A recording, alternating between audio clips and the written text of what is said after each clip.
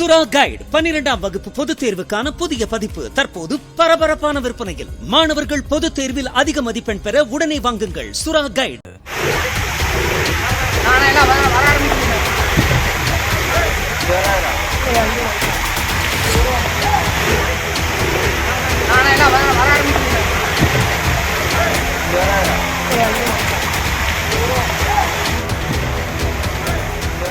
மேட்டுப்பாளையம் சிறுமுகை சாலையில் உள்ள பாதாள சாக்கடை குழாயில் திடீரென உடைப்பு ஏற்பட்டு கழிவுநீர் சாலையில் பெருக்கெடுத்து ஓடியது.